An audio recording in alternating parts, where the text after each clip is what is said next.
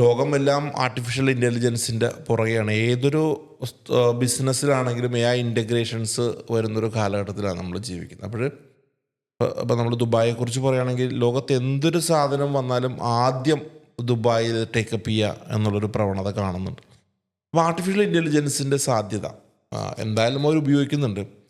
അത് റിലേറ്റഡ് ആയിട്ടുള്ള ബിസിനസ് സാധ്യത, അപ്പോൾ അറിയാവുന്ന ഒരാളെ സംബന്ധിച്ചിടത്തോളം വന്നു കഴിഞ്ഞാൽ എന്തൊക്കെ ഒരു ബിസിനസ് സാധ്യതയാണ് ദുബായിലുള്ളത് ആക്ച്വലി? ഇപ്പോൾ അതൊക്കെ തുടങ്ങുമ്പോൾ പറഞ്ഞ പോലെ തന്നെ ഏതൊരു ബിസിനസ് സാധ്യത വന്നാലും ദുബായ് അതിനെ ഭയങ്കരമായിട്ട് വെൽക്കം ചെയ്യുന്ന ഒരു കൺട്രിയാണ്. അപ്പോൾ UAE ഇതിന്റെ സാധ്യത ഭയങ്കരമായിട്ടുണ്ടെന്ന് മാത്രമല്ല, അതിന് വേണ്ടിയുള്ള തയ്യാറെടുപ്പുകളും ഗവൺമെന്റ് ചെയ്തു കഴിഞ്ഞു എന്ന് പറയാം. ഏത് അർത്ഥത്തിലാണെന്ന് വെച്ചാൽ, എക്കണോമിക് ഡെവലപ്മെന്റ് ഡിപ്പാർട്ട്മെന്റ് ആണല്ലോ ട്രേഡ് ലൈസൻസ് ഇഷ്യൂ ചെയ്യുന്ന അതോറിറ്റി. അവിടെ ആ ആക്ടിവിറ്റി ലിസ്റ്റിൽ ആർട്ടിഫിഷ്യൽ ഇന്റലിജൻസുമായി ബന്ധപ്പെട്ട ആക്ടിവിറ്റീസുകൾ ആഡ് ചെയ്ത് കഴിഞ്ഞു ഗവൺമെന്റ്. അപ്പോൾ ജനങ്ങൾക്ക് ഡോർ ഓപ്പൺ ചെയ്ത് കൊടുക്കാണല്ലോ ആ ബിസിനസ്സിലേക്കുള്ള. അപ്പോൾ അതാണല്ലോ ഫസ്റ്റ് സ്റ്റെപ്പ്, ആ ബിസിനസിന്റെ ഒരു ആക്ടിവിറ്റി തുടങ്ങുന്നത്. അപ്പോൾ അതിൽ ഒരുപാട് സാധ്യതകളുണ്ട്. ഒന്ന് റിസർച്ചാണ്. അപ്പം ആർട്ടിഫിഷ്യൽ ഇന്റലിജൻസിന്റെ ഇപ്പോഴും സോഫ്റ്റ്വെയറുകളുടെ റിസർച്ചുകളും ഡെവലപ്മെന്റ്സ് ഒക്കെ നടന്നുകൊണ്ടിരിക്കുകയാണ്. അപ്പോൾ അതിന് വേണ്ടിയിട്ടുള്ള റിസർച്ച് ചെയ്യാനുള്ള ആക്ടിവിറ്റി വന്നു കഴിഞ്ഞു.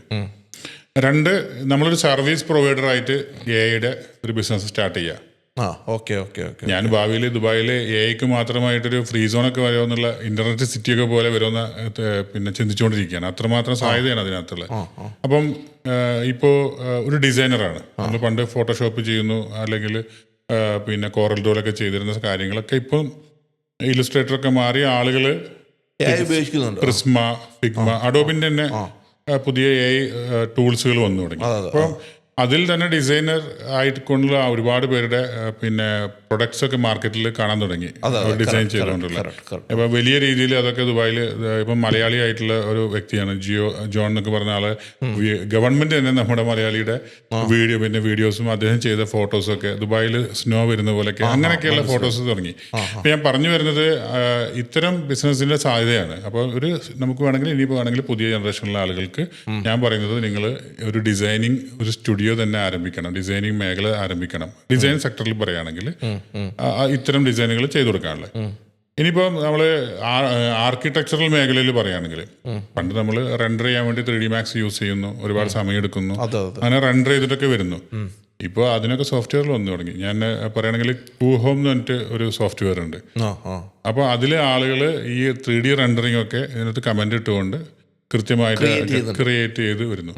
ഇത്തരത്തിലുള്ള ബിസിനസ്സുകൾ നമുക്ക് ബിസിനസ്സായിട്ട് തുടങ്ങാനുള്ള വലിയൊരു സാധ്യത. ഞാനിപ്പോൾ നിങ്ങളോട് ഇപ്പോൾ നമ്മളൊരു ബിസിനസ് സെറ്റപ്പ് ചെയ്യുന്ന ഒരാൾ എന്ന രൂപത്തിൽ പറയുകയാണെങ്കിൽ, അങ്ങനെ ഒരു ബിസിനസ് സാധ്യത, ഫോർ എക്സാമ്പിൾ ഞാനിപ്പോൾ AI സ്പെഷ്യലിസ്റ്റ് ആയ ഒരാളാണെങ്കിൽ എനിക്ക് ദുബായിൽ വന്നു കഴിഞ്ഞാൽ അതിന് എന്തെങ്കിലും സെപ്പറേറ്റ് ലൈസൻസിൻ്റെ ആവശ്യമുണ്ടോ, അതോ വേറെ ഏതെങ്കിലും ലൈസൻസിലാണ് അത് ആഡ് ഓൺ ചെയ്യുന്നത്? ഈ കാറ്റഗറിക്ക് ഇപ്പോൾ ലൈസൻസ് വന്നു. അതാണ് ആർട്ടിഫിഷ്യൽ ഇന്റലിജൻസ് ഡെവലപ്പിംഗ് സർവീസസ്, അതായത് അതുപോലെയുള്ളത്. പിന്നെ റിസർച്ച് സർവീസസ്, ഇങ്ങനെയൊക്കെയുള്ള ഇനിയും പുതിയ ആക്ടിവിറ്റികൾ വന്നേക്കാം. ഇപ്പോൾ ഓരോ ദിവസവും ഇത് ടെക്നോളജി മാറിക്കൊണ്ടിരിക്കുകയാണ്.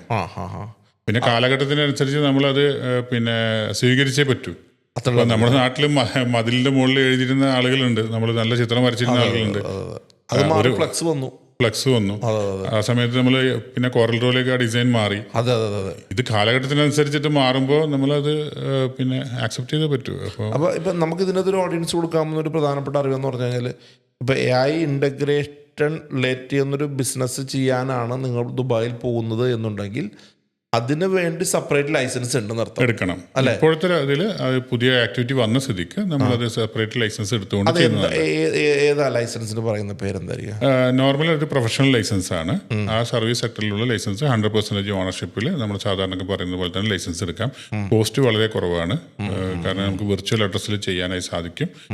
ഇനിയിപ്പോൾ അത് അവർക്ക് ഫ്രീലാൻസായി ചെയ്യണമെങ്കിൽ ഇത്തരത്തിലൊരു വിർച്വൽ അഡ്രസ്സിൽ ലൈസൻസ് എടുത്തുകൊണ്ട് വീട്ടിലിരുന്ന് തുടങ്ങി പിന്നീട് ഓഫീസ് എടുത്താലും മതി.